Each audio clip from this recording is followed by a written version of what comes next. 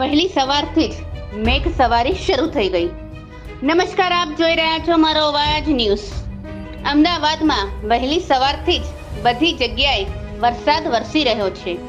અમદાવાદમાં અમુક વિસ્તારોમાં ઠેર ઠેર પાણી ભરાઈ ગયા છે. આપ વિડીયોમાં જોઈ શકો છો કે અમદાવાદના અમરાઈવાડી વિસ્તારના સ્વસ્તિક 4 રસ્તા મેટ્રો સ્ટેશન પાસે ખૂબ જ પાણી ભરાઈ ગયું હતું, જેના લીધે વાહનો પણ પાણીમાં ડૂબી રહ્યા હતા. લોકોને આવવા જવામાં પણ ખૂબ તકલીફ પડી રહી હતી. સવારથી જ વરસાદ સતત વરસી રહ્યો છે.